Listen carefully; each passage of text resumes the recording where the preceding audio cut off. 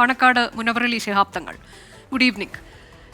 ഈ വിഷയം ഇപ്പോൾ കൃത്യമായി തന്നെ മതം പറഞ്ഞുകൊണ്ടുള്ള ഒരു ഭീകരവാദ പ്രവർത്തനമാണ് നമ്മൾ ഇവിടെ കണ്ടത്. നമുക്കൊക്കെ അറിയാം മതവും ഭീകരവാദ പ്രവർത്തനവും തമ്മിൽ ഒരു ബന്ധവുമില്ല എന്ന്. പക്ഷേ പേര് ചോദിക്കുന്നു, കലിമ ചൊല്ലാൻ പറയുന്നു, അതിനുശേഷം വെടിവെച്ച് കൊല്ലുകയാണ്. പുരുഷന്മാരെ വെടിവെച്ച് കൊല്ലുന്ന കാഴ്ചയാണ് നമ്മൾ കാണുന്നത്. ഇത് കൃത്യമായി തന്നെ ഒരു ഡിവൈഡ് ഉണ്ടാക്കുക, രണ്ട് വിഭാഗങ്ങൾ തമ്മിൽ ഇന്ത്യയിൽ വന്നൊരു ഡിവൈഡ് ഉണ്ടാക്കുക എന്ന ലക്ഷ്യം മാത്രം മുൻനിർത്തിക്കൊണ്ടല്ലേ ഇങ്ങനെയൊരു കുറ്റകൃത്യം ഇവർ ചെയ്തിരിക്കുന്നത്? തീർച്ചയായും ഈ ഒരു രീതിയിലുള്ള പരാമർശങ്ങൾ, കാരണം ഒരുപാട് കാലമായി 9/11 തുടങ്ങിയതാണ് ഈ ഒരു ഭീകരാക്രമണം. തീർത്തും ഒരു മതത്തിൻ്റെ പേരിൽ ഇത്തരത്തിലുള്ള അക്രമവും അതുപോലെ ഭീകരപ്രവർത്തനങ്ങളൊക്കെ നടത്തുമ്പോൾ തീർച്ചയായും അത് ഒരിക്കലും നമുക്ക് ഉൾക്കൊള്ളാൻ കഴിയാത്തതാണ്. അതിനെ ഒന്നടങ്കം ഞങ്ങൾ അപലപിക്കുകയാണ്. ഇത് ഒരു മതത്തിൻ്റെ പേരിൽ പേര് പറഞ്ഞ് പേര് ചോദിച്ച് ഇങ്ങനെ അവരെ കൊലപ്പെടുത്തുമ്പോൾ തീർച്ചയായും ഇതിൽ സാധാരണക്കാരായിട്ടുള്ള സിവിലിയൻസ് കൊല്ലപ്പെടുമ്പോൾ ഇവിടെ ഒരു വലിയ ഒരു മതേതര സാഹചര്യം ഇവിടെയുണ്ട്, മതേതര ബോധമുണ്ട്. ഇങ്ങനെ ഒരു സമാധാനത്തിൽ നീങ്ങിപ്പോകുന്ന ഈ രാജ്യത്ത് സമാധാനം ഇല്ലാതാവുന്നു, മതങ്ങൾ തമ്മിലുള്ള ആ ഒരു സൗഹൃദത്തിന് വലിയ കോട്ടം തട്ടുന്നു. തീർച്ചയായും ഇത്തരത്തിലുള്ള ഈ നടപടികൾ അല്ലെങ്കിൽ ഇത്തരത്തിലുള്ള ഈ ഒരു സമീപനം തീർച്ചയായും ഇത് എല്ലാ രീതിയിലും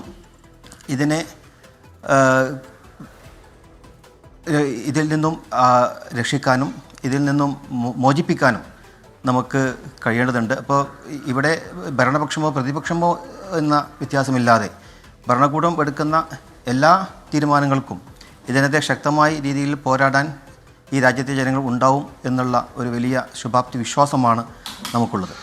തീർച്ചയായും ഇത്തരത്തിലുള്ള സമീപനങ്ങൾ ഇവിടെ ഇന്ത്യയിൽ ഒരുപാട് ഭീകരാക്രമണം നടന്നിട്ടുണ്ട്. അതിനെതിരെ ശക്തമായ രീതിയിൽ ഇന്ത്യക്കാർ ഒരുമിച്ച് നിന്നിട്ടുണ്ട്.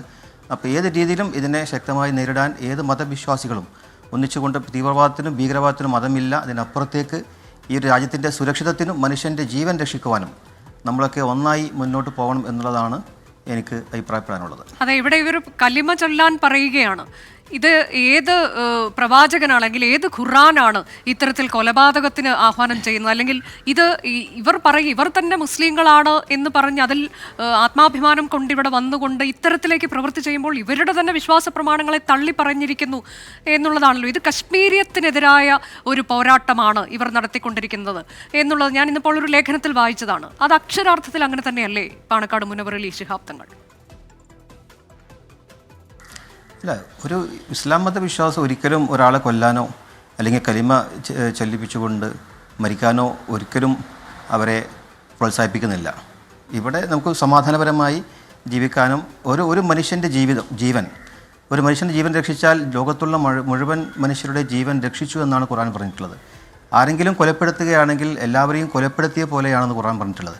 അപ്പോൾ അതുകൊണ്ട് മതത്തിൻ്റെ പേരിൽ ഇവിടെ നടന്നിട്ടുള്ള അല്ലെങ്കിൽ മതം ചോദിച്ച് അല്ലെങ്കിൽ അവരുടെ ഐഡൻറ്റിറ്റി ചോദിച്ച് കൊലപ്പെടുത്തിയത് ഒരിക്കലും നമുക്ക് ഉൾക്കൊള്ളാൻ കഴിയാത്തതാണ്. അതിനെ എല്ലാ രീതിയിലും ഇസ്ലാം ഒരിക്കലും അങ്ങനെ ഒരു രീതിയിൽ ഖുർആനോ അല്ലെങ്കിൽ ഇസ്ലാമിക പ്രത്യയശാസ്ത്രമോ ഒരിക്കലും ആ രീതിയിൽ വിശ്വാസികളോട് പറഞ്ഞിട്ടുമില്ല.